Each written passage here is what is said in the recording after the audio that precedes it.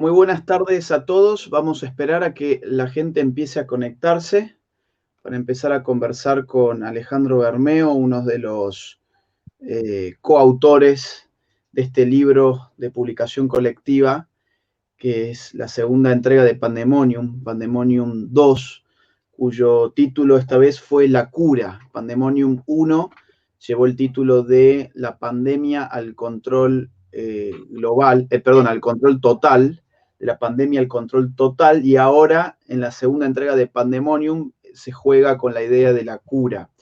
Vamos a esperar unos minutos nada más a que la gente empiece a conectarse. Para los que ya se están conectando, les comento que el libro Pandemonium es totalmente gratis. Está en internet si es que lo pueden conseguir, porque ayer tuvimos muchos problemas con los links, con las publicaciones. Hubo mucha censura en Facebook, en distintas redes sociales. Y bueno, vamos a estar dejándolo acá también en un ratito en el chat. De hecho, si alguien de los que está conectados conoce ya el link, lo pueden poner ahí en el chat, para que la gente al final de esta conversación lo pueda bajar. Les cuento que la cosa viene así, ya tenemos varios conectados, la cosa viene así. Esto va a ser una previa, es decir, vamos a conversar con Alejandro porque queremos cubrir todas las redes sociales. Entonces dijimos, bueno, a ver, vamos a dividir tareas. Con Alejandro vamos a estar en Twitch media hora, y después va a haber otros autores del libro hablando por YouTube. En YouTube va a estar Miklos Lukács, va a estar Mamela Fiallo, va a estar Carlos Beltramo y Javier Villamor. Entonces vamos a hablar por Twitch ahora con Alejandro, un poco sobre todo sobre su artículo, que es un artículo súper jugoso, un artículo que la verdad me parece imprescindible leerlo. Tiene ahí una riqueza filosófica que ha gustado mucho a los editores del libro y bueno, y a la gente que lo ha leído también, lógicamente. Y luego, digamos, en media hora, la idea es que todos se pasen al canal de Miklos, donde va a haber otras ponencias. Alejandro, para quienes no saben, es colombiano, es abogado y es el director del sitio Mises Report, ¿no? Que muchos de ustedes seguro lo conocen porque es muy activo en las redes sociales. Así que bueno, sin más, ¿cómo estás, Alejandro? ¿Cómo te va? Muy bien, Agustín. Bueno, muchas gracias a ti por la invitación, también por la invitación al libro, obviamente. Y bueno, muy agradecido con todos los que nos están acompañando y atento para que conversemos del libro o si quieres de mi artículo, de tu artículo también, Mira, que lo he sí. disfrutado bastante. Antes yo quería generar un poco de expectativa y que me comentaras qué te pasó ayer con la difusión del libro, porque yo te cuento que por mi parte apenas sale la publicidad, digo, bueno, lo voy a subir en mi Facebook y lo meto en Facebook, y no es que se publica y después se censura, sino que automáticamente Facebook me dice, no, este contenido, lo siento mucho, no se puede publicar acá. Sin ninguna explicación. Ni siquiera me dijeron que era fake news o que era contenido que violentaba alguna norma comunitaria. Fue una pantalla bastante rara. Yo la subí en Twitter, le saqué screenshot, obviamente, donde se me dice no se puede. ¿Vos qué experiencia has tenido en la difusión del libro? A mí me impresionó bastante porque compartí el libro obviamente con mis amigos, conocidos, en grupos y especialmente en un grupo de filosofía que tengo con unos amigos. Me dijeron, oye, pero me dice que ese libro es riesgoso abrirlo, ese documento es riesgoso abrirlo. ¿No será que Alejandro nos quiera meter un virus acá? Decían mis amigos. Y entonces, bueno, yo tomé otro celular y verifiqué y apareció un mensaje y el libro pues yo lo estaba compartiendo normal desde Adobe, digamos, sin ningún problema. Entonces, eso por un lado. Después, lo que yo quería era pues compartir el link del libro para que más personas pudiesen descargarlo. Lo puse en la nube de Adobe y a los 15 minutos estaba ya bloqueado. O sea, ya me enviaron mensajes a Instagram, etcétera, y me decían, oye, no, el link está caído, no funciona. Y yo miro la aplicación y dice que no, que ese contenido no se podía publicar. Entonces, pues es impresionante porque es una censura a priori, o sea, no han leído el libro, digamos, no han leído todos los artículos del libro ni demás, pero ya entra, digamos, que los propios algoritmos la inteligencia artificial, digamos, que está detrás allí, la programación ya a priori va censurando el contenido, ¿no? Seguramente habrán unas palabras clave o algunos temas que no se pueden tocar y lo van censurando y te digo, como yo le decía a algunos amigos, en el libro no hay antivacunas, en el libro no hay personas que nieguen la pandemia, que nieguen el virus ni demás, pero, o sea, no importa, o sea, digamos, de facto ya lo van censurando, ¿no? Entonces, lo sufrí bastante, finalmente, bueno, con tu link, también el link al sitio web de Mrs. Report, que también lo subí allí, ya no hubo problema, pero realmente impresionado, porque toda la vida he compartido documentos a través de las redes y nunca había tenido ese problema.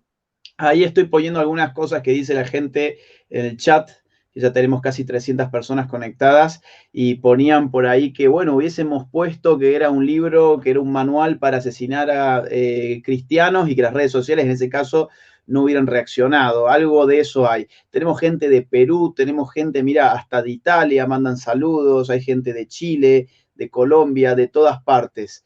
Sí, yo tuve un problema, digamos, con Facebook y después también con Instagram, perdón, con WhatsApp, ¿no? O sea, uno manda por WhatsApp y te dice que es contenido riesgoso y ese tipo de cosas. Por ahí preguntaban cuál es el contenido del libro como para que las redes sociales hayan censurado esto a priori, porque fue casi una censura a priori, ¿no? El Automática. contenido del libro es un contenido, digamos, que desde plumas políticamente incorrectas de personas de muchas nacionalidades, hay personas de España, de Colombia, de Perú, de Argentina, de Estados Unidos, bueno, hay gente de todas partes. La versión anterior de Pandemonium también tuvo gente de Francia, son muchas plumas que para simplificar podríamos decir que escribimos desde la derecha y tratamos de pensar los tiempos pandémicos, ¿eh? Algo así como lo que la izquierda supo hacer con Sopa de Wuhan, solamente que Sopa de Wuhan fue una compilación de artículos que habían sido publicados previamente y en cambio lo que hemos formado con Pandemonium es un colectivo de intelectuales que nos hemos puesto de acuerdo para escribir ad hoc, o sea, Así es. específicamente para esto, ¿no? O sea, son muchos artículos inéditos, el mío es inédito, por ejemplo, el de Alejandro también, y ahí yo quería meterme en el tuyo, digamos, así podés comentarlo, después la gente lo podrá leer. Vos en tu artículo tratás el problema de la muerte, ¿no? Ni más ni menos. El título de tu artículo es Cuando el miedo a la muerte nos quiere arrebatar la libertad. Jugás un poco con la dialéctica de Hegel, ¿no? Del amo y del esclavo. Eh, Analizás cuál es el vínculo entre la libertad y la muerte, ¿no? Cómo en verdad la libertad es libertad para morir, en definitiva, y quien teme a la muerte no tiene vocación de libertad. Yo eso es lo que he sacado en limpio, digamos, que me ha quedado como una idea general del ensayo. Por lo tanto, digamos, este miedo abrumador a la libertad, perdón, a la muerte, en última instancia es un miedo a la libertad que te entrega al poder del Estado o al poder de los organismos internacionales. Si te parece, empecemos por el principio, ¿no? O sea, ¿qué tiene que ver la muerte, la libertad, la pandemia, la esclavitud, la dialéctica amo y esclavo? A ver, como para que la gente más o menos se interiorice. Bueno, ese es un tema que, digamos, no solo es complicado, sino que la mayoría de las personas pasan su vida ignorándolo, ¿no? Nos hace bien ignorándolo, digamos. Y eso me recuerda también a una obra de teatro que se titula El rey se muere. Entonces, Sí. muy famosa y es un rey que, bueno, vive su vida como si no fuese a morir.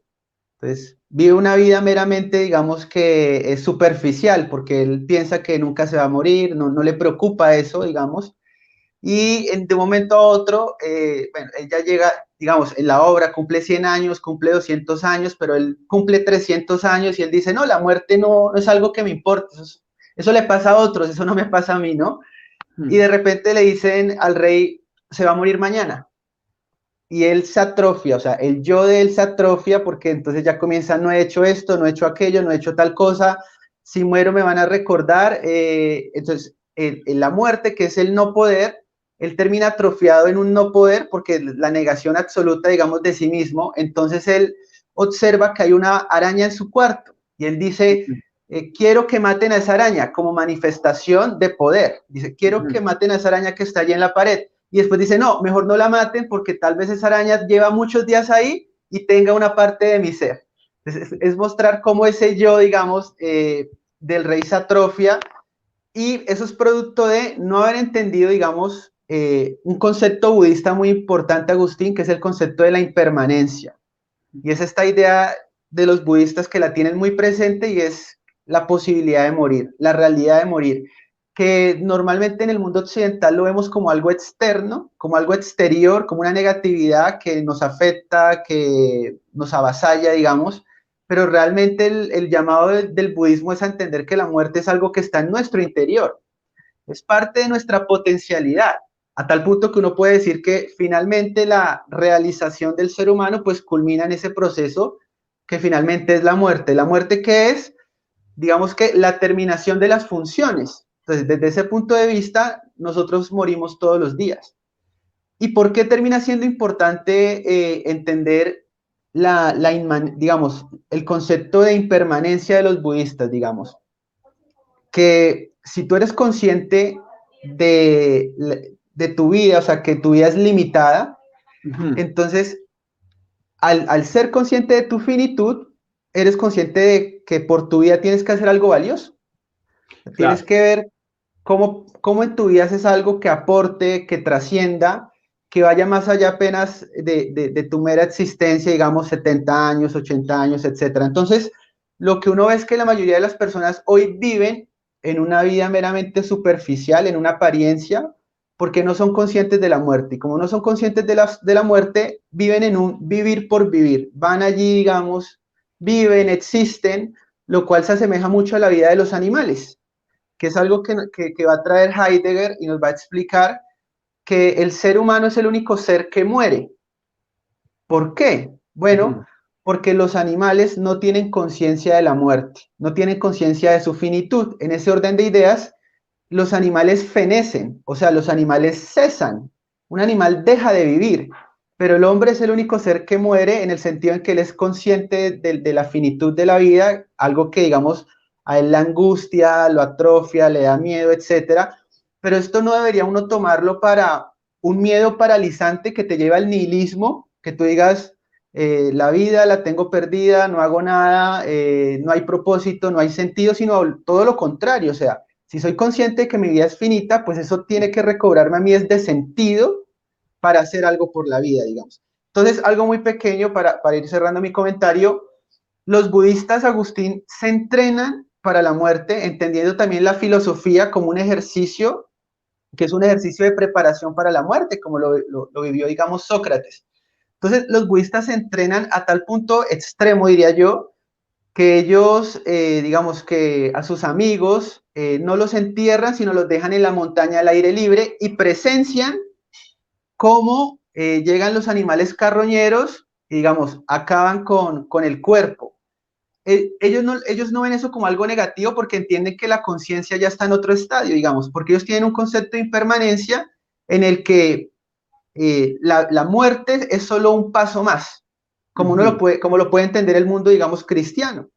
La muerte no es el fin, hay algo más, hay una vida después de la muerte, hay una recompensa, hay un castigo, etcétera.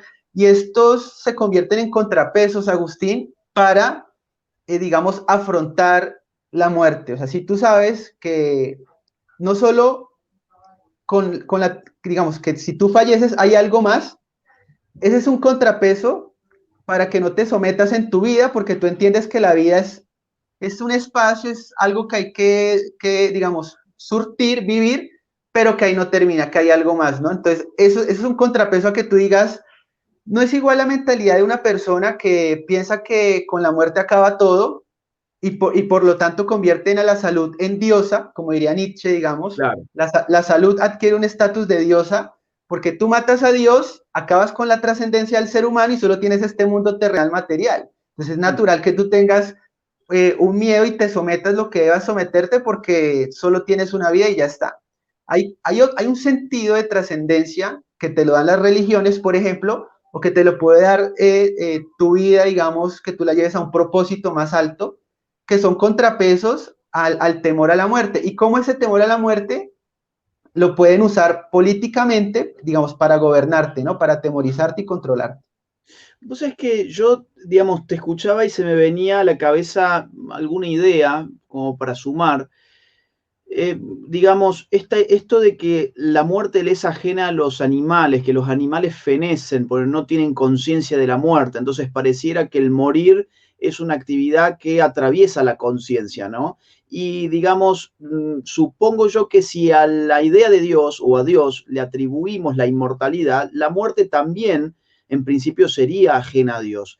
El ser humano en la modernidad ha vivido casi como si fuera un dios, ¿no te parece? Es decir, dando la espalda a la realidad de la muerte, pero en verdad, como la muerte es parte de la realidad humana, termina asemejándose más al animal que fenece. Es decir, en vez de morir, estamos feneciendo. Y cuando te das con la muerte como realidad, como una realidad pandémica en este caso, la desesperación te invade y te entregas a los brazos del poder. O sea, ya no hay una trascendencia de la muerte, sino que hay una inmanencia de la seguridad, ¿no? La seguridad a toda costa. Me puedo quedar encerrado en mi casa durante un año entero sin moverme debajo de la cama del temor que tengo a cambio de que los políticos solucionen todos nuestros problemas, ¿no? Esa idea, digamos, del esclavo y el amo que está en función del temor a la muerte que tiene uno de ellos, mientras el otro en verdad lucha a muerte. El amo, en definitiva, es quien lucha a matar o morir, y el esclavo es quien lucha pero no se atreve a morir, sino que en lugar de morir ofrece su libertad. Algo de esto es lo que está pasando hoy con la pandemia, y quizás, ya que hablamos de la cura, quizás parte de la cura sea aprender a morir, ¿no te parece? Es decir, que esto no se entienda como una cosa de que estamos invitando a la gente ni al suicidio, ni nada por el estilo.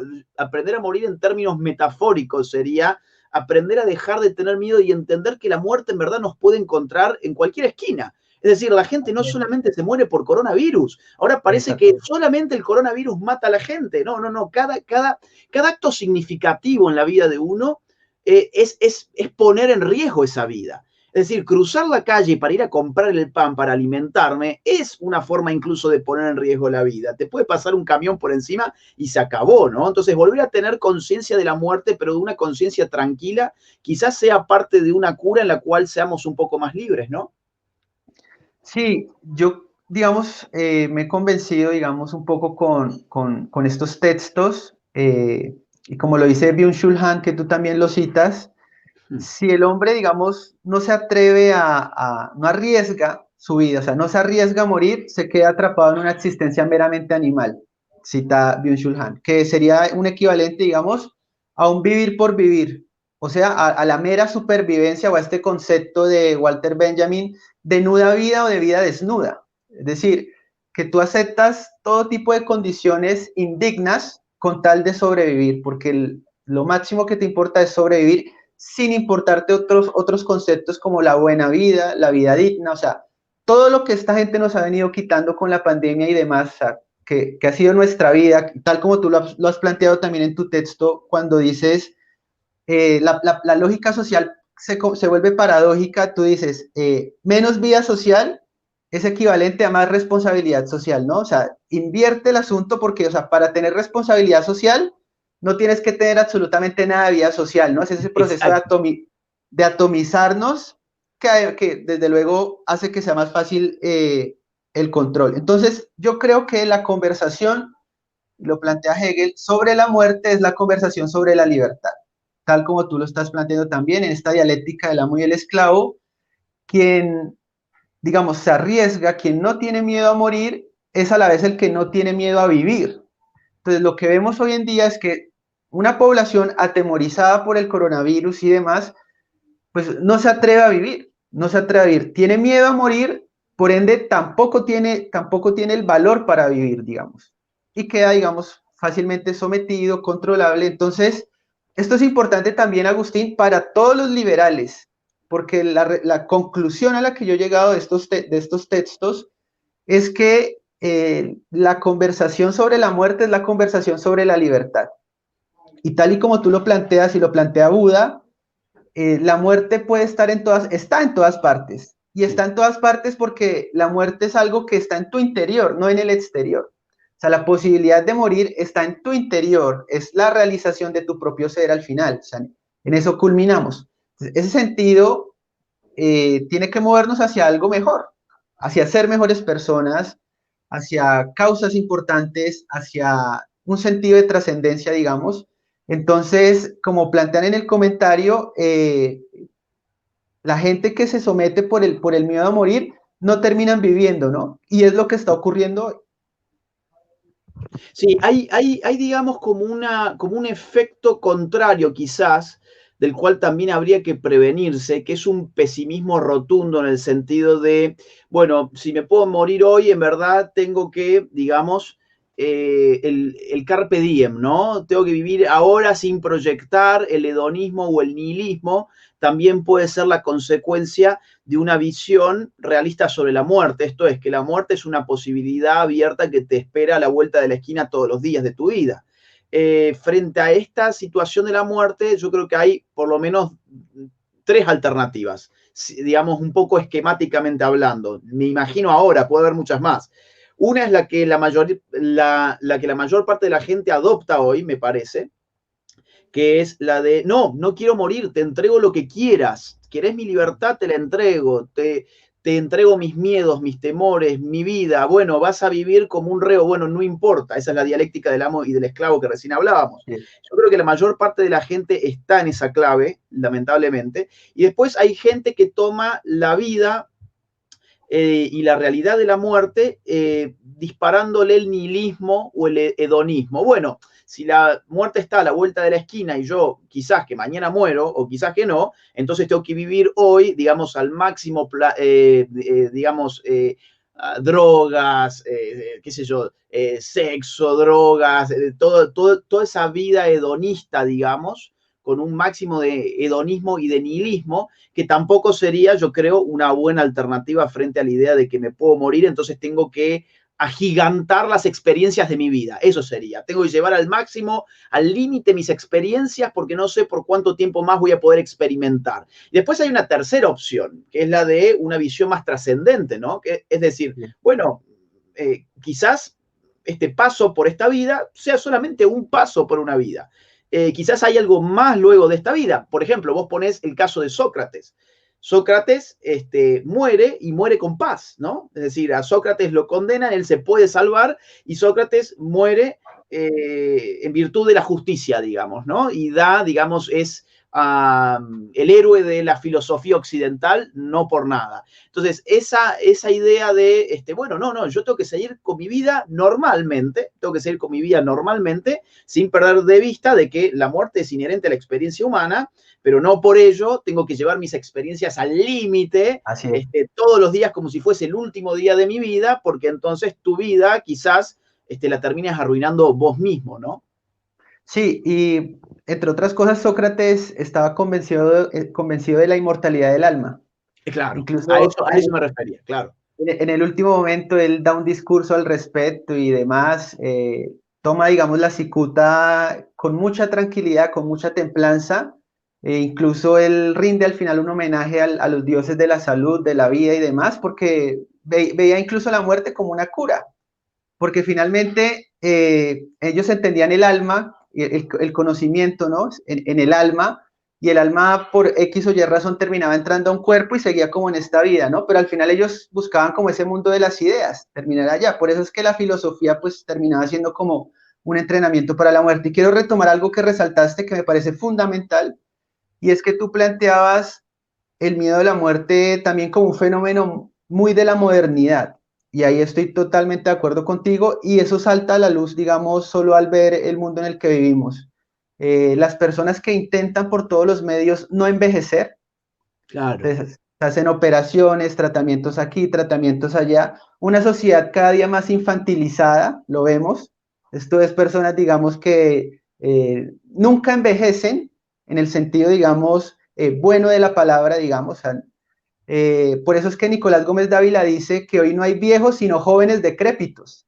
Yo No te la diría conocía que esa, es cierto. hay uno que otro liberal que y que como no ha sabido envejecer, se ha convertido en un joven decrépito. Y tú ya sabes por ahí a quiénes ubico.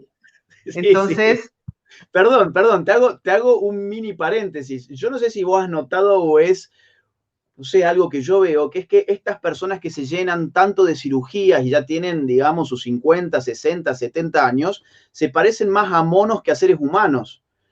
Empiezan como a adquirir rasgos simiescos, digamos, ¿no? Es una cosa espantosa, pero es cierto, la gente está obsesionada. También lo vemos en la cuarentena misma, cómo se banalizó la idea de la pandemia con el quédate en casa, te muestro mis ejercicios y mi dieta todos los días, hago una suerte de gran hermano de mi vida. Hay como una puesta en escena de la salud y del cuerpo que está a las 24 horas del día. Y esto que estamos hablando al mismo tiempo explica el exceso de exposición en las redes, que en palabras de Byung-Chul Han se convierte en pornográfico, tal como tú Exacto. lo planteas. La exhibición absoluta de la vida en redes, lo que hago aquí, lo que hago acá, lo que como, lo que no como, lo que me pongo, lo que no me pongo. ¿Por qué? Bueno, porque vemos que en el mundo actual el yo está atrofiado y como está atrofiado la gente intenta de alguna manera permanecer, existir.